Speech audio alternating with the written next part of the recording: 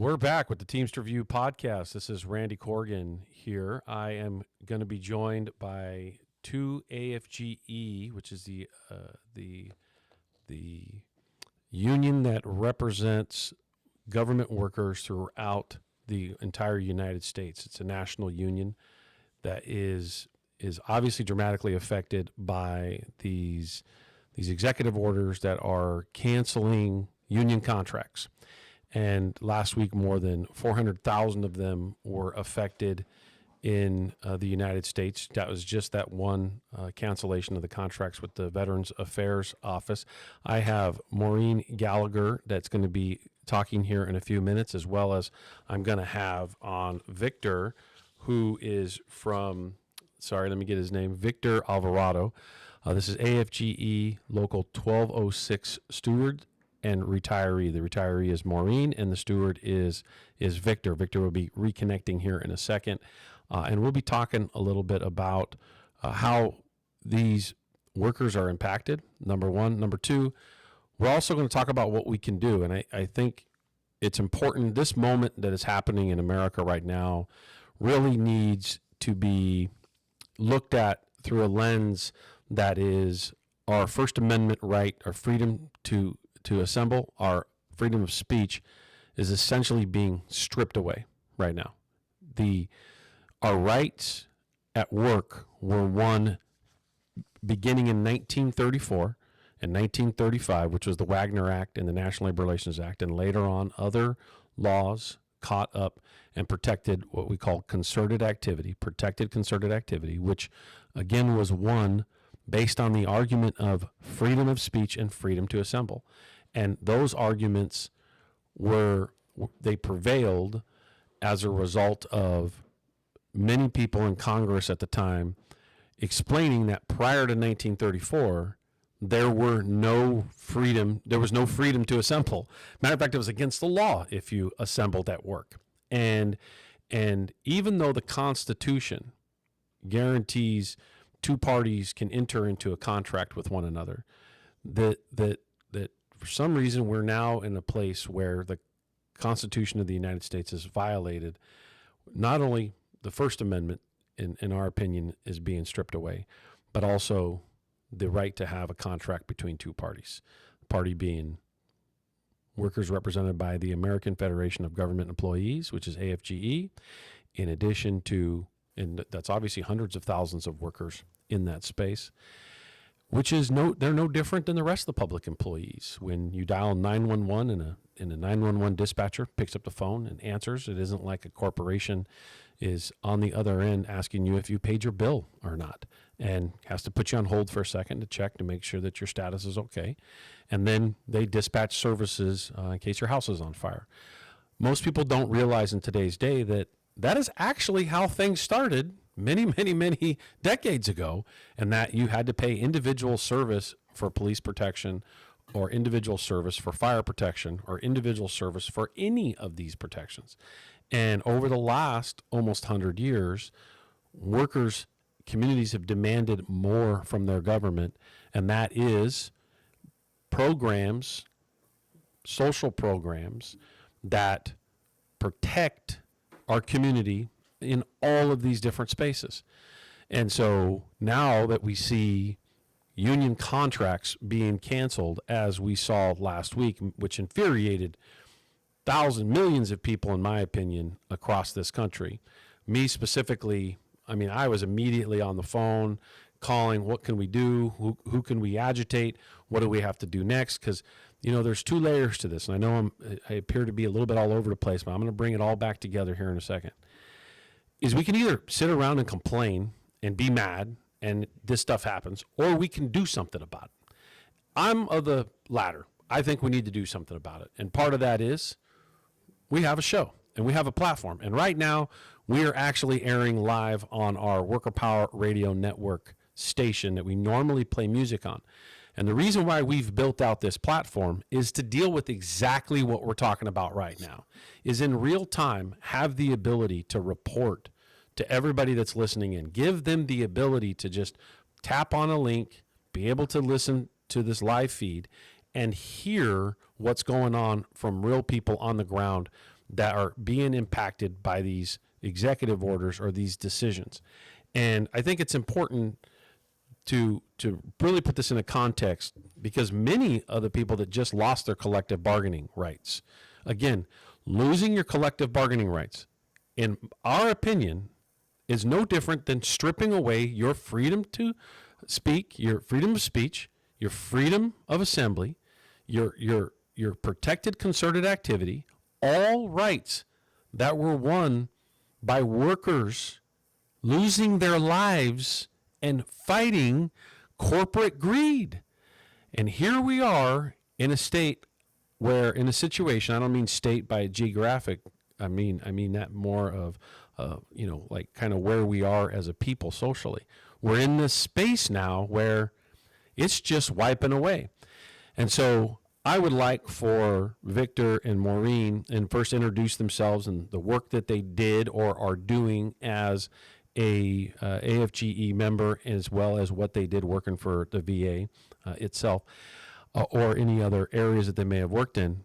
Introduce themselves, but also talk about what a slap in the face this is, as far as just having rights stripped away. And I'm gonna take a quote here, and again, I'm giving you guys plenty of stuff to where you can rattle off as soon as you get started.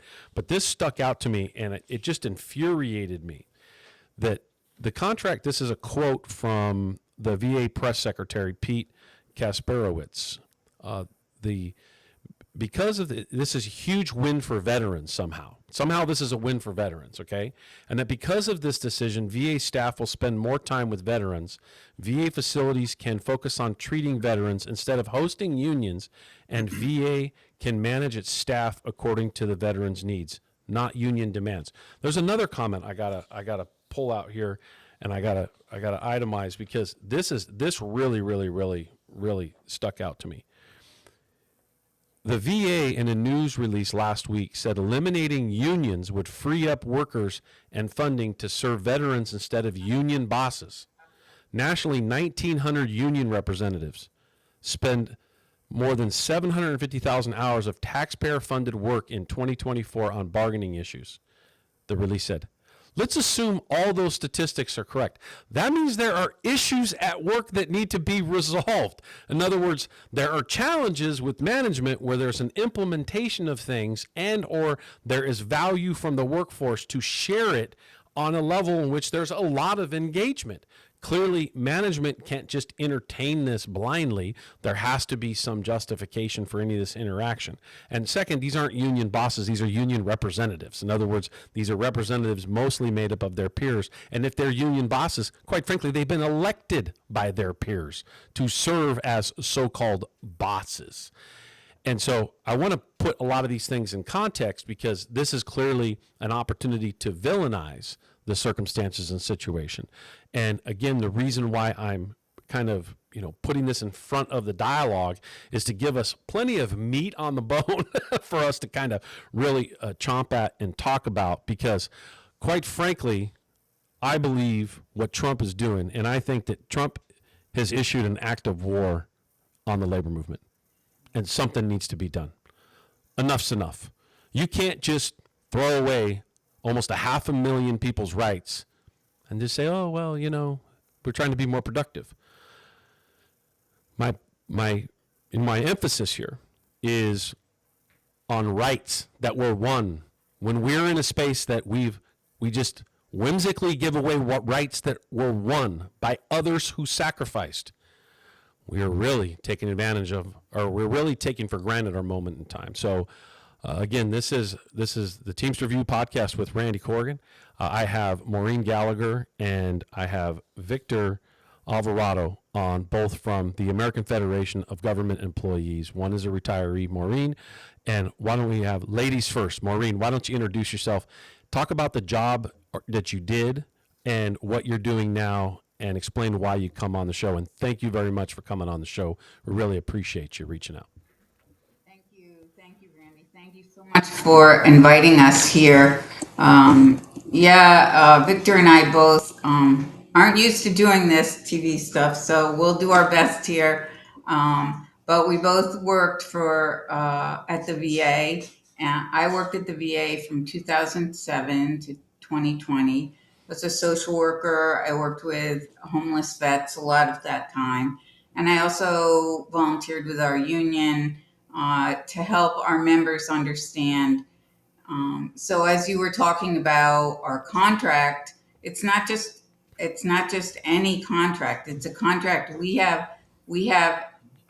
VA facilities in every state in the country, and the Philippines, Hawaii, Puerto Rico, and so the contract is negotiated with the negotiating team of the VA, and then it's signed by both the VA authorities and our union leadership. And then it is sent to Congress and it is ratified by Congress. So this is literally taking a contract that was ratified by Congress and throwing it in the garbage. Like, oh yeah, we're going to just totally disregard this.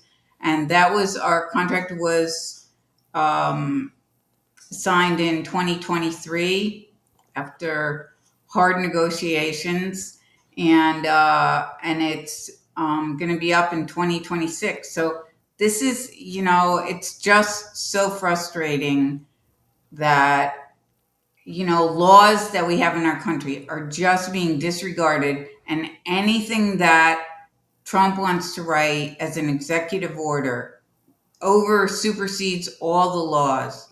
And he did this in the last administration, and we went to court and we won all the cases. And we are in court again with all of these issues.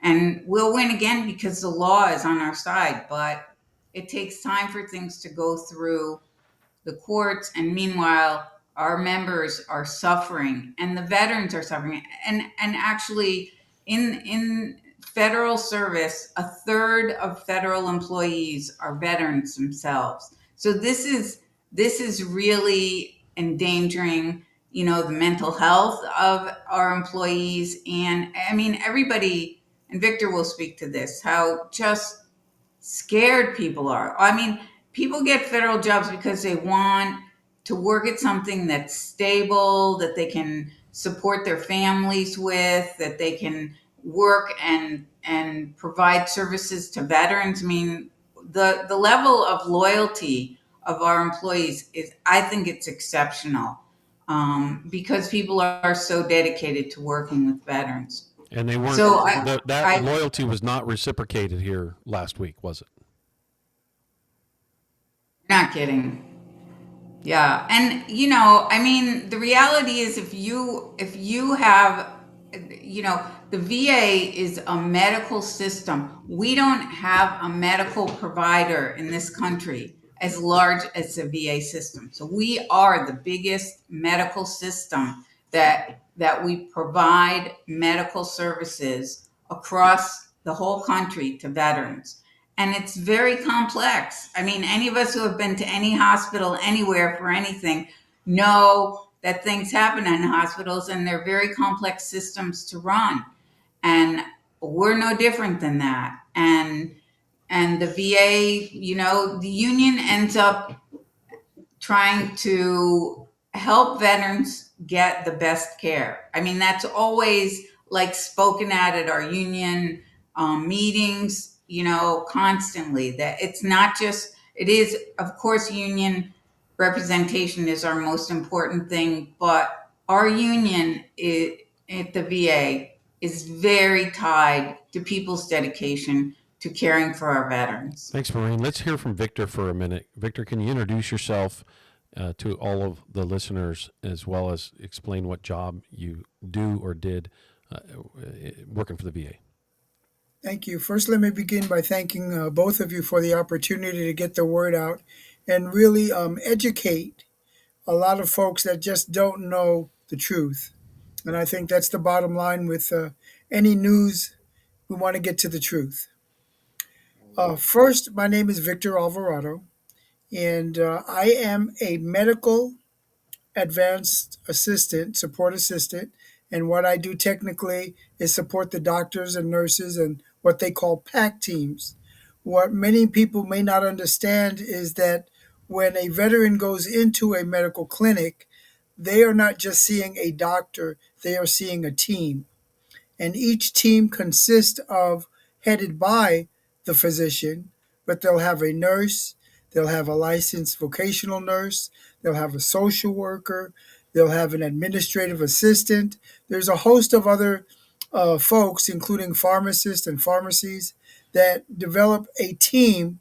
And so that veteran is getting comprehensive health with just one team. And they work hand in hand with other teams for specialties such as cardiology, podiatry, and other specialties in the medical industry. So I first want everybody to know that they're getting exceptional care.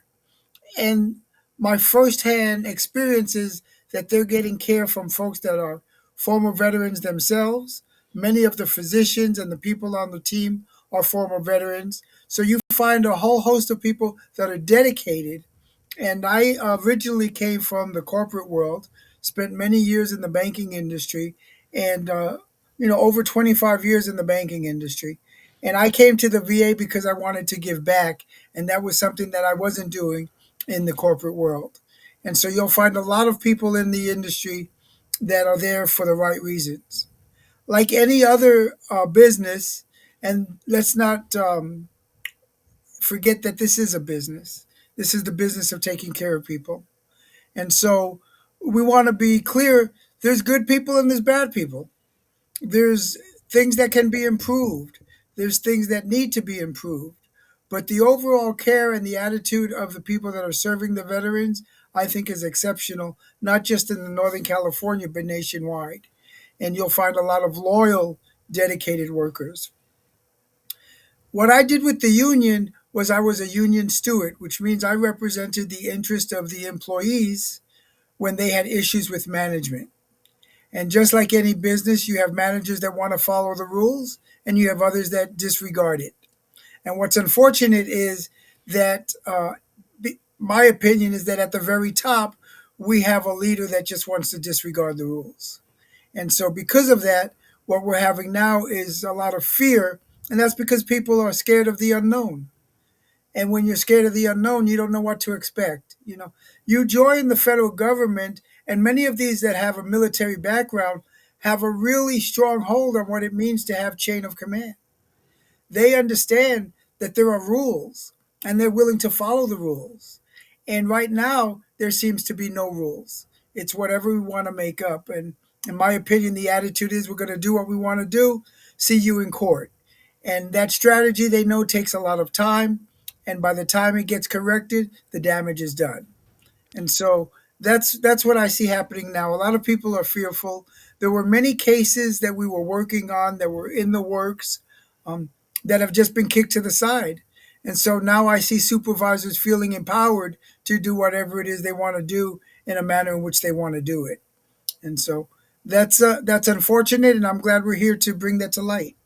Yeah, let me just give you a quick programming update. I just got notified that KCAA, which is a local radio station, has picked this live feed up right now and is actually sharing it live over 106.5 and 106.5 FM and 1050 AM. And so we appreciate KCAA jumping in, grabbing the live feed, and actually running over their normal programming for you to this is how important it is. In other words, they want everybody to hear this story too. In other words, all the listeners in the area that are within the ability to listen to the FM and AM bands, in addition to where we stream. So thank you, KCAA, for picking this up and actually running it live as we're just recording a podcast and putting it on our actual stream that we send out. So just as an update for you, that's how important this is. Thank you so much for coming on. And let me ask a few questions. Really appreciate you laying some of this out.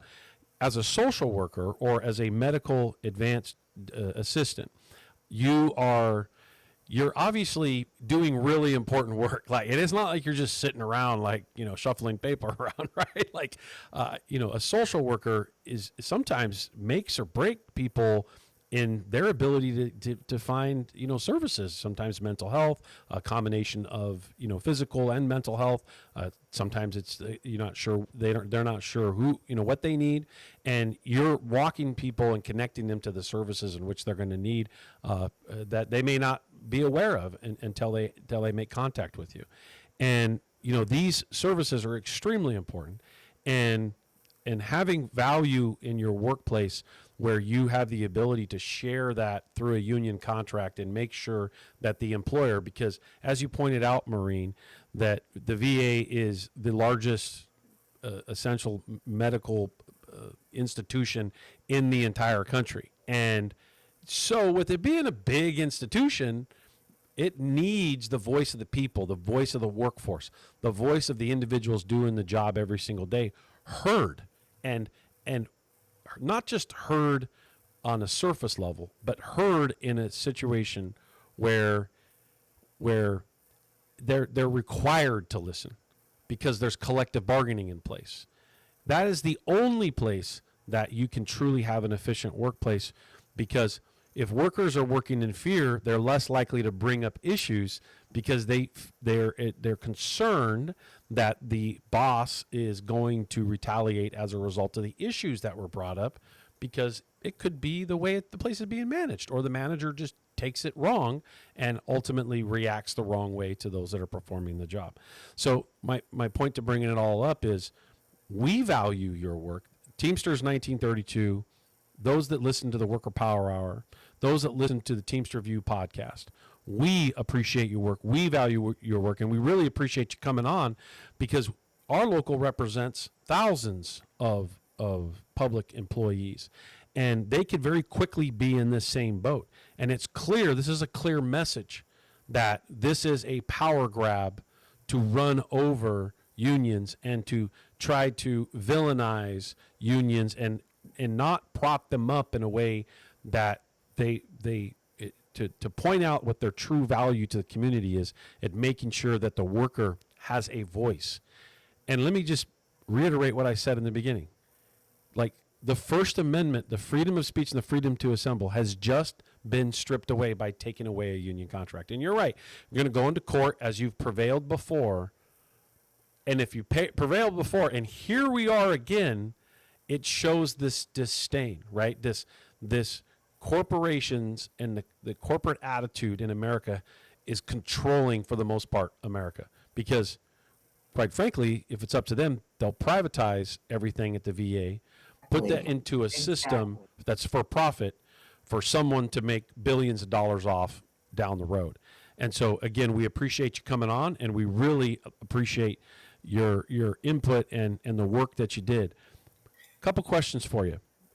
Like, I'll tell you, I'm super aggressive in this space. And when it's happened to AFGE regarding TSA, and TSA lost their bargaining rights, my position was, hey, then no one should go to work. Like, guess what? You're not going to be able to have screeners at the airport. You're going to take away our collective bargaining rights. Then we're not going to show up for work. When Utah eliminated collective bargaining rights through the legislature, for public employees, and eliminated bargaining rights for public employees in Utah, public employees should have not shown up for work that following Monday. Should have put them on notice, said, you got till Monday. Cops, firefighters, everybody that does all the great work out there in the community, we're not going to work. 10% of the population, over 10% of the population in Utah signed petitions to get that on the ballot and override what the governor signed. That tells you 10% of the population of Utah signed petitions. That's a massive number, right? And so clearly the community wants these jobs, especially when you explain to them the impact. They're not the villains in which they're being said. But I think we're going to have to take this to another level. I think we're going to have to say, hey, it's time that we just withhold their labor until they stop with this foolery, until they stop playing the game, and just draw the line in the sand and say, we're not going to work until you fix it. You don't have to answer that right now. I'll come back to it. But let me go back to you, Victor. What do you think of being that assertive in this moment? I think that we have to be strategic in how we approach it. We have to understand that as federal employees, we're limited into what we can do as far as demonstrations. We are not allowed to strike, um, which is a big factor. And listeners really need to know that federal employees cannot walk off the job. They cannot strike.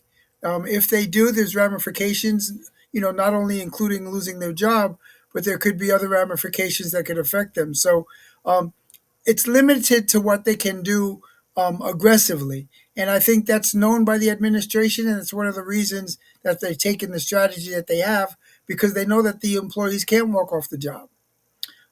So that's one thing.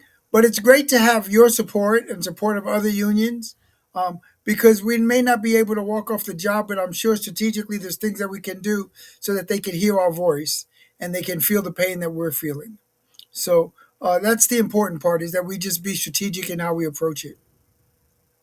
Something, Maureen, something I heard Victor say a minute ago was fear. In other words, that there's a lot of people that are fearful of how management is starting to going to lean in, or they have to be careful of how they approach this moment because they're fearful. And look, I think Right, because Musk already came in and fired a whole bunch of people, and a lot of those people were reinstated because they lost the court case.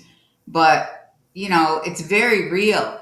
It's not even a threat. It's that it's already begun to happen, and so people have no idea what kind of security they have in their which, jobs. which is why we got to conquer that fear now. Because Victor, I absolutely respect legally what the position is and what we're supposed to do, but it seems like the other side isn't following the rules. So why are we? Quite frankly, every law in this country to protect workers was won by somebody else withholding their labor, by workers going on strike and withholding their labor. That is why public employees even gained the right. Private sector workers withheld their labor enough in this country to then get that passed for public employees in 1964 and 1965. The reality is maybe we got to lean back into that space, because quite frankly, agreeing to a peace treaty with the government or with certain individuals that doesn't allow us to withhold our labor, but you have the ability to just wipe away our collective bargaining. So if you're going to break the rules, then guess what? So are we. And I don't know exactly where that's going to go. I mean, my ex-husband, who I was with for 25 years, was a Teamster. And I know he went on strike like 4 times. And that's a very different way of living than federal employees live. But I think I totally agree with you that we have to think outside the box. I mean, kind of like what Newsom is doing, what Senator Chris Murphy is doing in Connecticut, like, and in Texas, right? With gerrymandering. Oh, you're gonna suddenly make all new rules about setting voting districts, and so we usually do that every 10 years after the Census. thank you, census. And so suddenly they're like, no, we're going to do it now. So, that's what our governor just said. Oh, okay, well, then we'll do it, which California has a lot of influence in this country. And I was happy that he stood up and used his power in that way. So we, you know, we are creative in the ways that we protest what happens with the federal government, and we lean on the ears of our Congress people and our senators. We have regular meetings with them. People do that. Our employees do that all over the country, on our legislative teams, and let our Congress people know what bills are helping us, which ones, they use some great words with bills, but they're about cutting people's heads off and cutting off their livelihood. And so we are always trying to help our Congress and senators understand how these bills are going to affect our employees and all the veterans at the VA. But So I agree with you. And the thing is, from my experience, that federal employees you know, from the minute that go in for an interview and go in there, I've gone to anti-war demonstrations my whole life. Okay, so I have used to being at protests but at the VA and in federal jobs, you walk in and you sign on a piece of paper that they can look at anything in your life and you're going to follow the rules. So it is an institution that regulations and laws are just a part of everyday life at the VA, right, Victor? And And that, and they're and moving that's targets. the issue. That's the issue that we're in right now because there are rules. And our host made a point earlier in the conversation about how when he read off the statistic about how much money supposedly was spent on union issues. Well, the truth of the matter is, and I want the listeners to really understand this, if there were no issues, there'd be no need for the union. That's correct. And there So wouldn't have been all those hours piled up, exactly. right? I That's mean, they're right. not just twiddling their thumbs. This is a active war against management in situations where they choose not to follow the rules. And we can easily show them, here are the rules. Look at what you're doing. Let an arbitrator, and I am a certified mediator. I can show, here is the facts. They lay where they are. They're black and white. The I should say the VA hasn't been around for a day. There isn't a situation that they haven't faced in the last 100 years. So there's nothing new. We're not making up anything. We're not creating anything new. We're enforcing, as you said, what people have fought for years to achieve. And now we're only asking you to follow the rules. And now you're going to say, there are no rules. We're going to do what I say. Yeah, and that's my point is that for them, for those that are making the decisions right now in the administration, they are taking a position that they don't need to follow the rules. Yet they require everybody that works for them to follow the rules. Right. Like I'm sorry, like that's where power comes. In other words, once workers say no, we're now going to withhold our labor until you start following the rules. I know you're claiming that we're breaking the rules, but we didn't start this fight. You did. And you're right. Everybody that's been hired there, obviously they were screened and they went through an interview process and they were explained, here's what you have to comply with. And part of it's been that a whole bunch of people that were hired based on conditions to make sure that you did comply to the rules and you do follow the rules like you just laid out. However, that same loyalty, that same commitment is not being shared by the employer at this particular moment. As a matter of fact, it's now gone that far. The only thing they haven't done is fire all of you. That's it. That's the next thing. And people say, "Well, I'm afraid of doing this." Well, that is the next step. Maybe don't fire all of you in mass, but there's definitely a piecemealing coming. Yeah, Without a doubt. and that's been part of their plan. The Heritage Foundation, wrote the Project 2025, and they have wanted to privatize the VA for years and have chiseled away at different systems. We have a whole community care program where people get sent out for treatment in the community. And sometimes that's really important because people live in rural areas and they can't come into the VA, whatever. But it undermines. So now the budgets for community care are cutting into the basic VA budgets. And so what the plan has always been that these people have had is, okay, we're going to weaken the VA so it starts falling apart. We're going to fire people so they're understaffed, which we always have that problem anyway. And then we're going to say, oh look, the VA doesn't work, so we have to privatize this. Let's And unpack this for a minute. Like let's uh, look at healthcare over the last few decades where there's been a deregulation of a number of parts of, let's say, hospitals, the healthcare industry, and you can have this kind of for-profit sort of setting, and some of them don't call it profit, but we can see what United Healthcare and many of them are doing is they're making a ton of money in the healthcare space, and then they're taking that, putting that money over to have it invested and with in the market, also in private equity firms, and they're making billions of dollars on the money they made out of the healthcare system. And so we already have an example of privatizing healthcare and it not working very well. It People works well today, for the people who collect the money at the top, but it doesn't help any of us who need the health care. and It access doesn't to help that's people. correct, and access to care is the worst it's been in decades. For people in the private sector, when it comes to healthcare, for them to be able to get the services that they need, it is obviously extremely challenged because of exactly what we're talking about.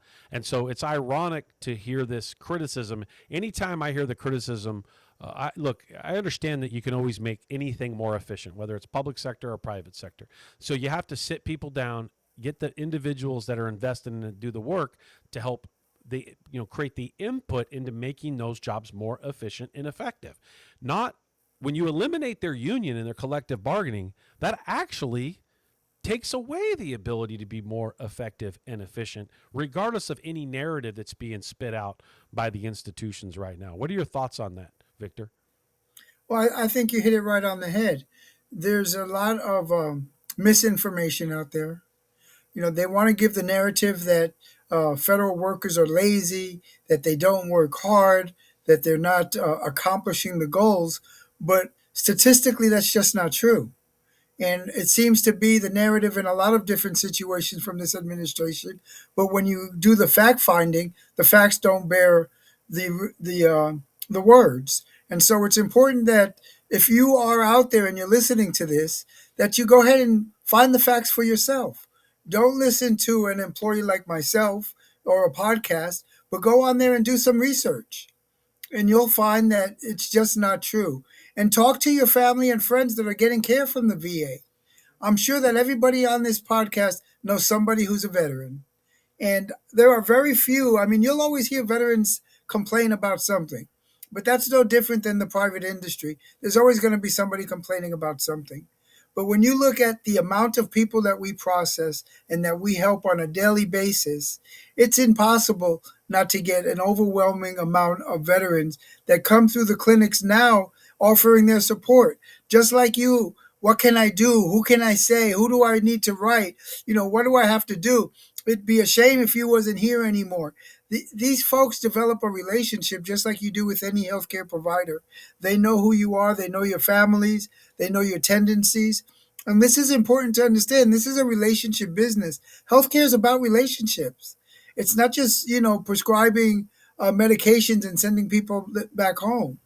And so a lot of these doctors, have a relationship for years. I know some of these physicians that, can tell me that they took care of their dads and their dad's dad and their granddad. Some of these physicians have been here for decades. Similar to my brother who taught 30 years as a teacher and's got, I'm teaching your grandfather. That's the same thing in the medical industry. And so I want listeners to make this a personal thing, not just a statistical thing. You have to really personalize this and understand that there are millions of people that are being affected, both employees and patients. And you made a great point. In other words, go out and research it yourself. I would just make one adjustment. It's, listen to this information, but also go out and verify, right? Make Right. sure that the things that we're saying are accurate and true. Maureen, I have a question for you. As a social worker, you're obviously a retiree now, and congratulations. I always appreciate retirees staying active because that means that you're going to bring value to what you're doing in a way that you've kind of been there, done that, but now you still want to give back. Anyway, the point is as a social worker, if you were a social worker now, how do you think collective bargaining being eliminated affects your ability to do the job if you were a social worker right now? How do you think this impacts social workers right now on the ground by this decision? Well, I think that one of the biggest things that unions have brought to this country is that it's expanded democracy. So I'm a freer person. When I have a voice in the process, I am a freer person and I'm able to feel better about my work. I mean, unfortunately, it has not always gone my own way. I tried to convince them, but it's part of our democracy. It makes the whole decision making become more of a collaborative experiment. You know, That I gotta hand it to you. I love that, Maureen. Like that is great phrase.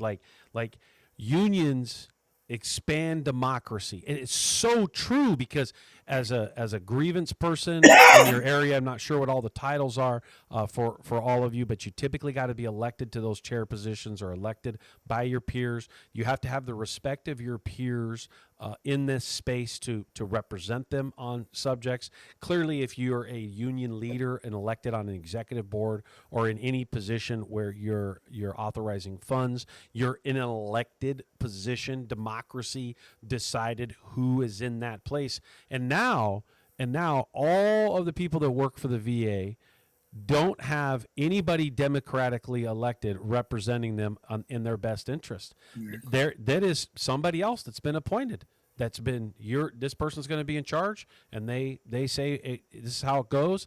What a great way to put it. You are absolutely right. It is Yeah, and it's expanded taking our democracy. democracy and our voices away from us, and the ways that work is such a central thing for us, right? I mean, Victor, some of us, we just work, right? That's what we do, and we need to have a voice in our work and how things go. Um, a couple of my fellow retirees, we just got together yesterday and we were talking about how we had a meeting and everybody, all of our supervisors were busy in other places, and so we like sort of redesigned our department. None of them were there, but it made it function better and it made all of us feel like we had some power in the process. And I think that that's what unions do. They make, they have to sit at the table with you. They have to negotiate the terms and conditions of employment. That is what the union does, and it affects everybody across the board. And a lot of people don't take the time to read our master agreement or understand all that, but it affects them every day. That's how the Teamsters were an early union that created weekends and pensions. It's like none of that would be part of our lives, which a lot of people take that for granted now, but it's part of our lives because people have fought to put that level of democracy into the whole work world, which the corporate world, they're totally happy with having an authoritarian head at the top waving their fingers, telling everybody do this, but I have friends. I just traveled this year and talked to somebody in Australia, and he said, "How come people don't vote? Not that many people vote in the United States." And I'm like, "I know it's embarrassing." And so I said, "Well, how do you get people to vote in Australia?" And he said, "Oh, it's a law.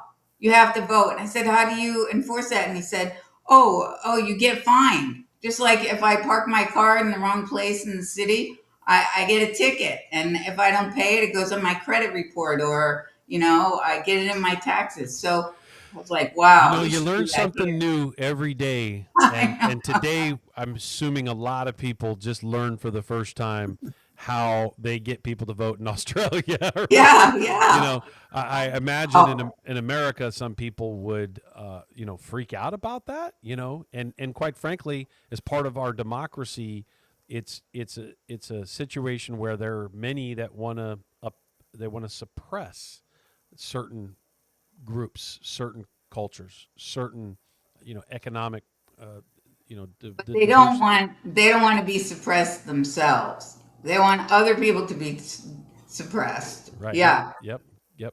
Victor, what do you got to say about that? No, I'm just sitting here and enjoying listening to these points because I want people to really understand that this is something that we need to be active.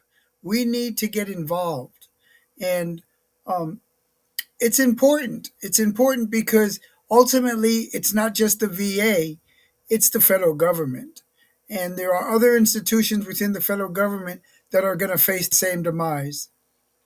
And so that's the most important thing to me is that people understand this is not just the VA. And these rights, they apply to everybody. Well, and I'll take this a step further. In Article 1, Section 10, Clause 1, no state shall pass any law impairing the obligations of a contract. And the reason for that's in our Constitution is to allow parties to engage in a contract with one another. And so here we have a contract that wasn't just two people, it was two institutions, it was the government, including Congress, who ultimately approved something that is now canceled by one person. Like, And what I find, holy smokes. I find it just, I can't understand why Congress isn't making more noise. I mean, if I had a contract that I negotiated and someone took it away, I'd be screaming and yelling. And I don't understand why folks that are in Congress are not making more noise about this. If enough people walked off the job, I think Congress would be freaking out, wouldn't they?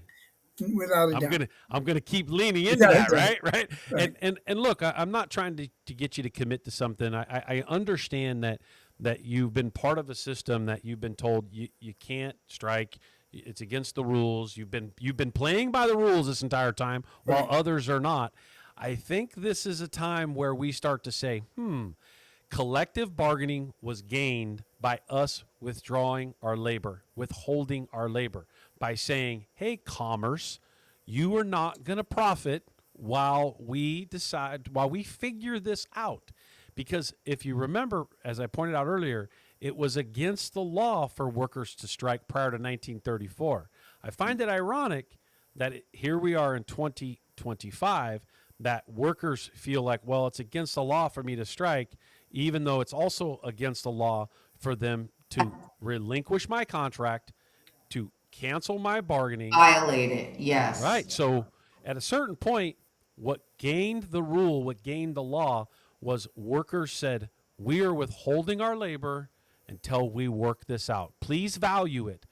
And most of the time, those workers didn't overreach. Most of the time, if you look back in history, most disputes that happened were workers 9 times out of 10, 99 out of 100, were in the right space when they were withholding their labor. It was typically, they were fighting for something pretty darn important in those moments. There are some that there were overreaches, but those are very infrequent. And so, again, I'm not trying to get you to commit to something. I'm just trying to pound this message, because I think what we have to do in this country is we got to educate. You said it earlier, Victor. I think it was you that said we got to go out and educate workers, and people have got to understand the true facts of what's going on right now. And what the other thing we have to do is we got to educate workers on their right to withhold their labor. And so let's assume you all play by the rules. Well, there's still millions of workers that do have the right to withhold their labor. And if they withhold their labor and say, look, it's time corporate America starts to be responsible. It's time that the government does A, B, or C. It's time that this institution does 1, 2, or 3. We've got to get back into that space where every single American understands they have the right to withhold their labor at some point in this process.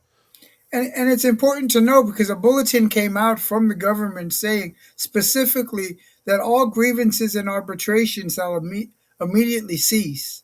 Employees are not covered by the FSL-MRS. They're to be processed by LMR, which is simply internal VA administration. And then they're saying that bargaining shall immediately cease. And it's important that cases that were actively going on where employees were being mistreated have now just been told, you know what? It doesn't matter. And managers, supervisors are feeling empowered to continue to mistreat because they know there's no ramification now. So that's where I want folks to educate themselves, because it's your family and friends that are being abused. Yeah, and just a programming update here so that you know, we're getting live feedback. I'm getting live feedback on some of our platforms, as well as getting text messages, people listening in, saying the conversation's great, they're learning something right now. So just so you know, people are hearing you. And also, we'll take this podcast, give it to you, and you can share it with whomever you want, post it wherever you want, and obviously encourage people to listen to the Worker Power Hour and or tune into the Teamster View podcast after the fact. Again, just a programming update as a reminder because we don't have commercials, right? You notice I've Right. not broken for a commercial because what we've done is we've built these platforms so that we can communicate in mass, so that we have the ability when these moments come to get the word out and to educate. And I do challenge somebody. You think I'm wrong and I'm off base? If I got 2 other seats in here, 3 seats in here, come in here and explain.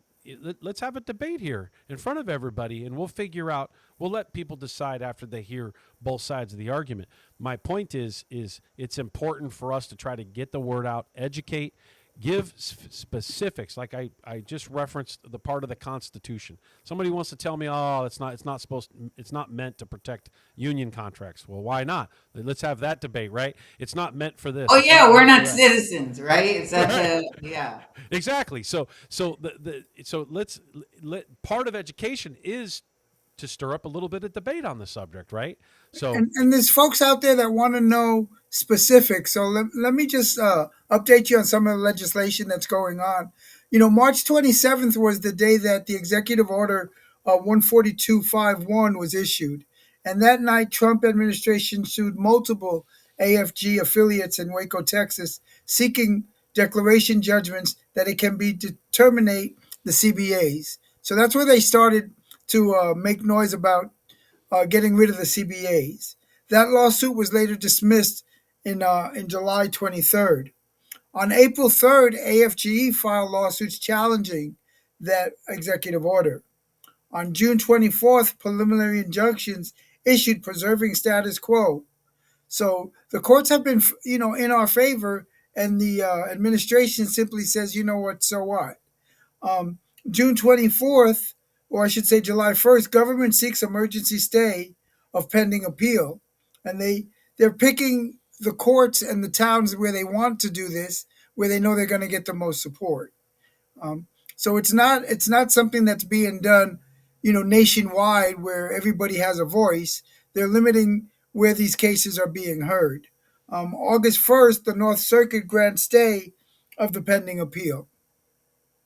AFGE continues to oppose government appeals in the Ninth Circuit, and AFGE continues to move forward with litigation in district court. So it's really a battle of the courts. But I also want to say, in my opinion, it looks like like any lawsuit, it's a battle of resources, and the government has unlimited resources only because they're using the people's money. If they were fighting with their own money, I don't think we would have aggressive uh, challenges as we do now, because it's not costing them anything. It's costing the taxpayer, not the people that are actually trying to get their will.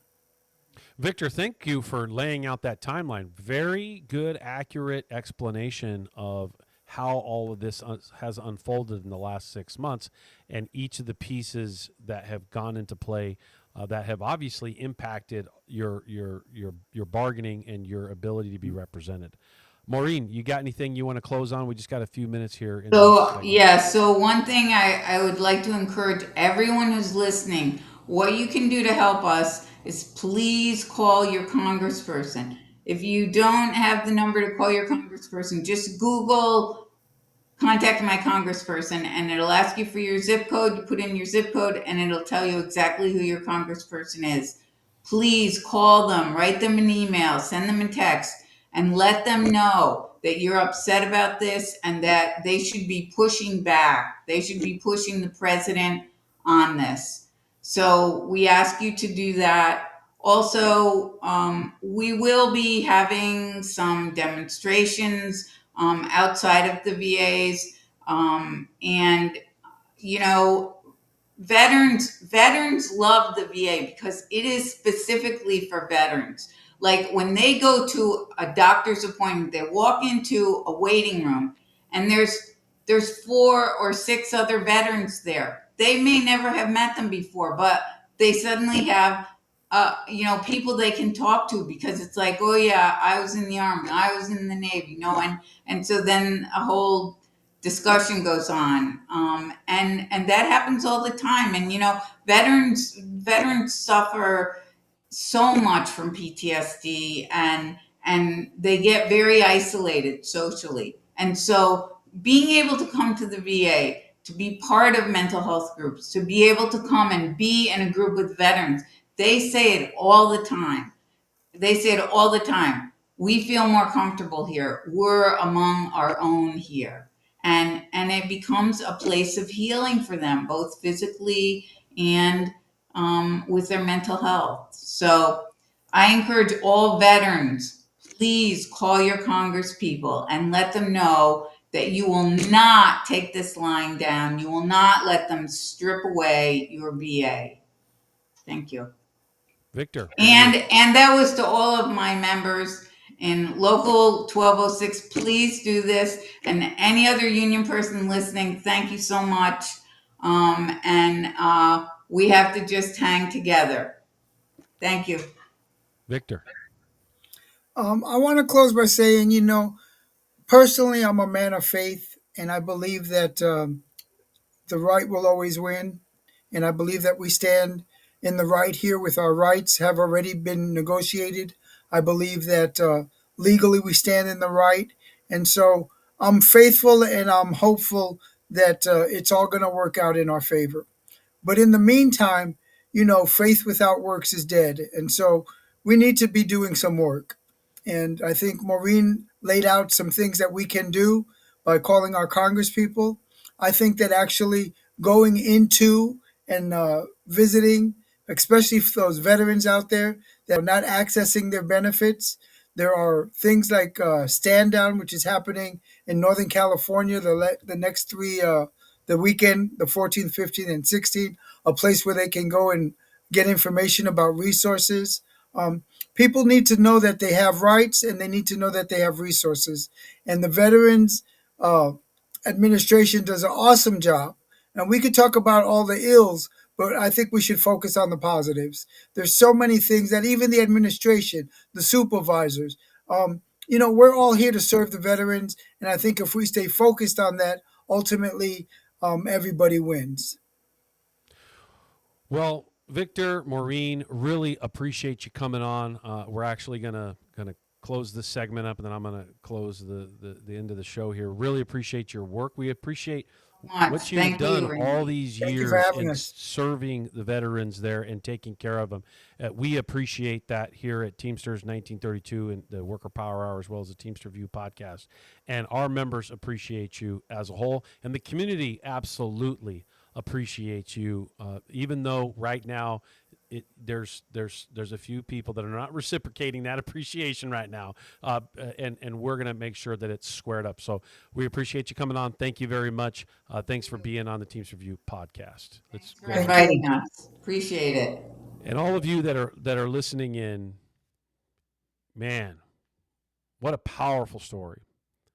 You're hearing it directly from those individuals that do the job and that are impacted by this decision that clearly completely wipes away workers' rights. Yeah, I need you to close that out, Mark. This is a moment in time that we really have to pay attention to what we do next, how we engage, who we're educating, who we're asking to do an action, get involved in the movement, learn something about what's going on, making sure that we're holding individuals accountable, whether it's calling our Congress people, calling our senators, engaging individuals directly, canvassing, knocking on doors, making sure that we vote and making sure we understand the consequences of our vote. And a point that I didn't make while Maureen and Victor were on the call is after the VA decision was made, thousands of workers at FEMA had the same thing happen. Thousands more at the EPA had it happen again over the last few days. So someone's just going down the list and saying, you don't have the right to bargain. You don't have the right to bargain. Calling everybody a bunch of bureaucrats, that they're wasting money, that these people don't earn their paychecks, that these services are not necessary. And what we found after the fact is that most people don't realize these services until they need them, and those that are actually in need of these services right now there's a recognition that they're going to have to bring people back, and they're going to have to fix a lot of these decisions that have been made. And so how do we prevent this going forward? We have to build worker power. We have to get engaged. We have to participate. We have to exercise our right to withhold our labor. We have to be more assertive, and I appreciate that Maureen and Victor they're trying to be loyal to the rules in which they got hired under. But there's a breaking point coming, and at some point we're just going to have to withhold our labor. We're going to have to withhold it on a massive scale, and we're going to have to do it in a way that corporate America just stops this game, or at least minimizes it to this point. Thank you for joining us. We've been live on the Worker Power Radio Network. For those of you that jumped on, listened in, thank you. Please share this podcast when we send it out here pretty soon with others to hear and listen from those that are directly affected by some of these decisions. And we're going to have to make sure that this doesn't happen to you too in your neighborhood. Thank you. This is Randy Corrigan signing off, the Teamster View Podcast.